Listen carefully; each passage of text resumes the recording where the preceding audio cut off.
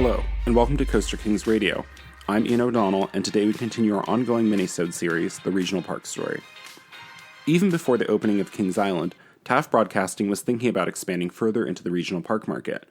With Kings Island's successful first season in 1972, these plans quickly moved forward, and Taft, in partnership with Top Value Enterprises, quickly began development of the park for the Mid-Atlantic region.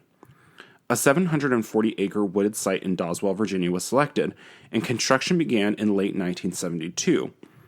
Doswell sits about 20 minutes outside of Richmond, Virginia, and about an hour-and-a-half drive from Washington, D.C., making it the primary regional theme park for the growing D.C. metropolitan area. D.C.'s black-owned suburban gardens had been a victim of the World War II, closing in 1940, and nearby Maryland's long-segregated Glen Echo Park had closed in 1969.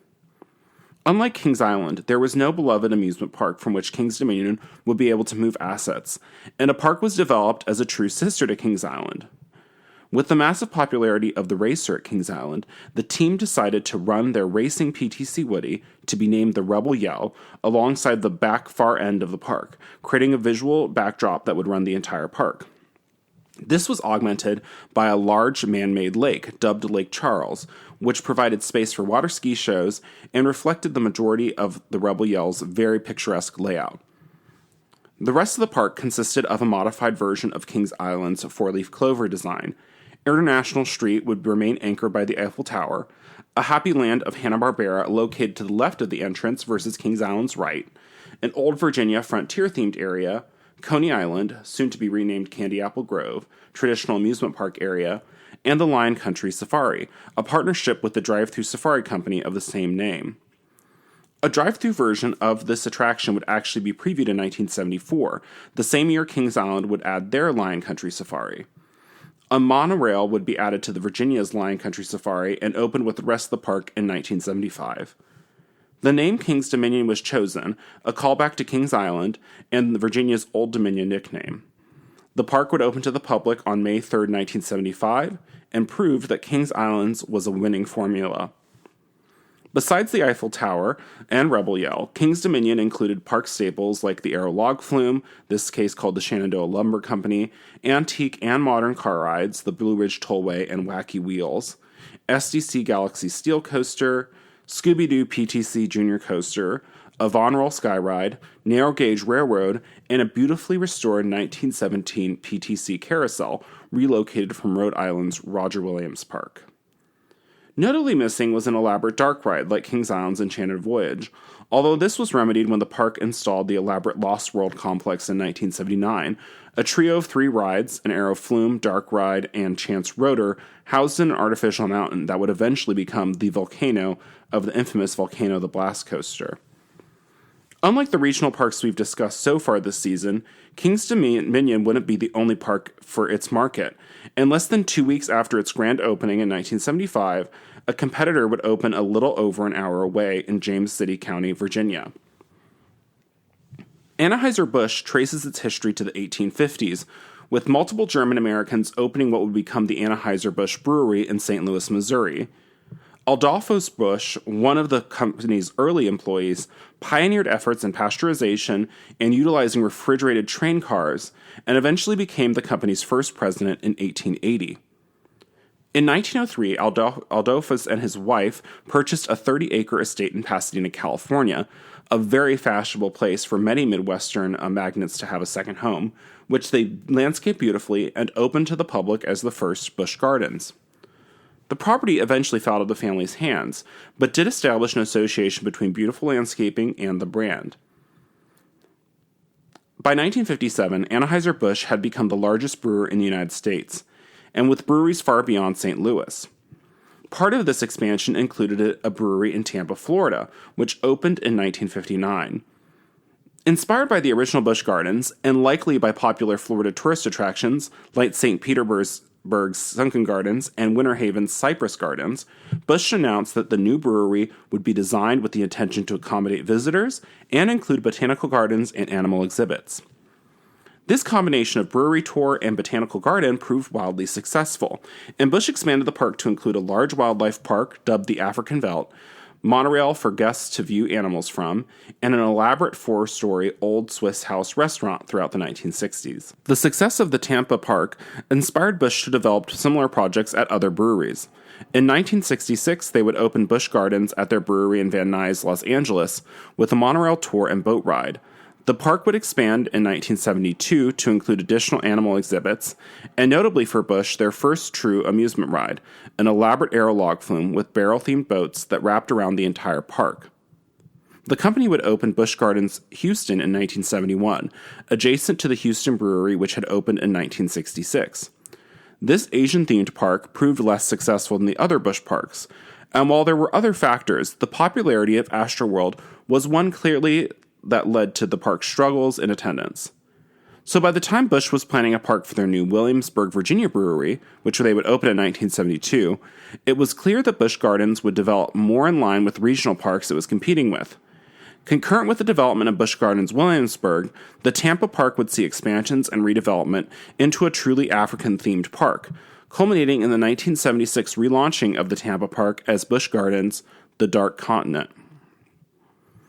In the late 1960s, Winthrop Rockefeller, the chairman of Colonial Williamsburg, approached Adolphus Busch's son, August Anheuser Busch Jr., about developing a large tract of land in the Williamsburg area. Labeled King's Mill, this tract of land had been sitting for a long time, and in 1960, Busch would acquire 3,000 acres and go on to develop a brewery, golf course, houses, offices, and of course, a theme park.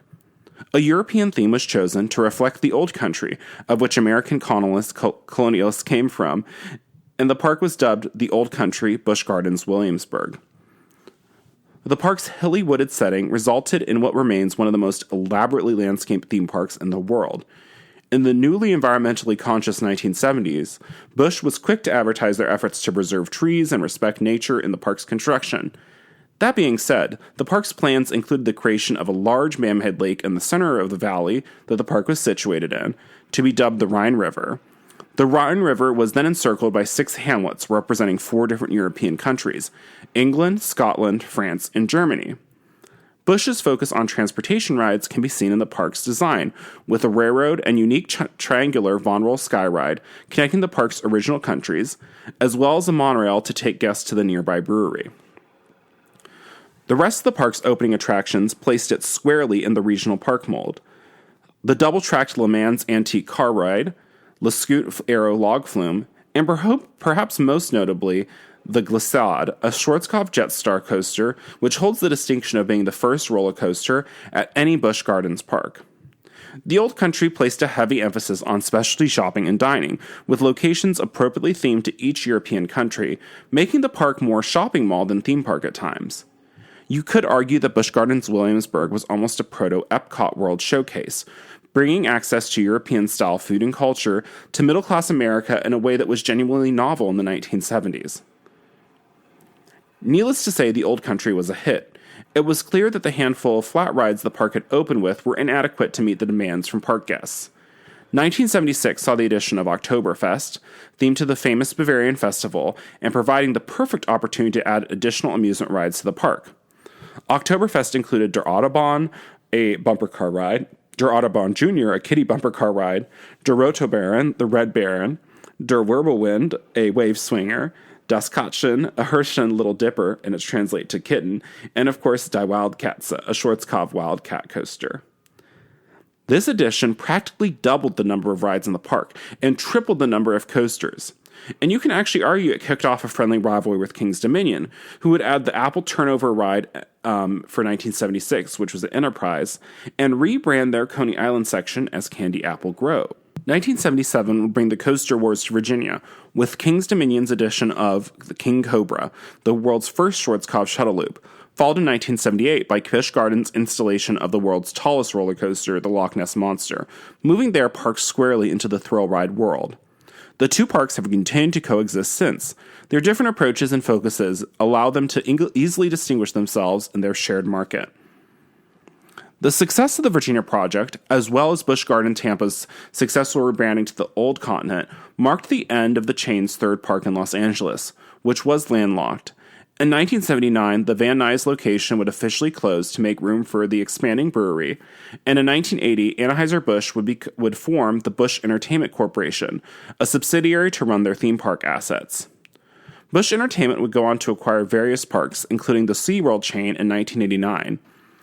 In 2008, Anheuser-Busch was acquired by the Brazilian-Belgian brewer InBev, who quickly sought to sell Busch Entertainment. The company would eventually be acquired by the Blackstone Group and remains a major player in the industry as SeaWorld Entertainment. Similarly, the construction of King's Dominion would mark the last major theme park built in the U.S. by Taft Broadcasting, which would acquire Carowinds also in 1975. And eventually it would develop a subsidiary of their own, King's Entertainment Company, or KECO, to run their theme park division. While Canada's Wonderland and Australia's Wonderland were still on the horizon, by the mid-1970s it had become clear that the regional park boom within the U.S. was reaching its limit, but not before a magnificent climax by one of the most renowned hospitality companies in the world. Tune in next week for Part 7 of the Regional Park Story, Marriott's Great Americas. Thank you so much for listening. If you like this mini episode, please leave a comment or a rating wherever you are listening. You can find interesting articles, exclusive updates, and a range of theme park-related merchandise at thecoasterkings.com. For Coaster Kings, this is Ian O'Donnell. Join me next week as we continue exploring the Regional Park Story. You could go to the Lost World, say hi to Yogi Bear, or ride the mighty Rebel Yell, that is if you dare. You could go to a Broadway show and really have a ball, but I'll bet that you can't do it all. Ho, ho, ho, ho, bet you can't do it all. So much make-believe and magic, bet you can't do it all. Ho, ho, ho, ho, bet you can't do it all. At King's Dominion, bet you can't do it all. You can go on a safari, ride rides big and small, from the Time Shaft to the Wild King Cobra, bet you can't do it all. Ho, ho, ho, ho, bet you can't do it all. You're not far away from a family day at King's Dominion. Bet you can't do it all at King's Dominion. We can't be outdone for screams and dreams and a mouth.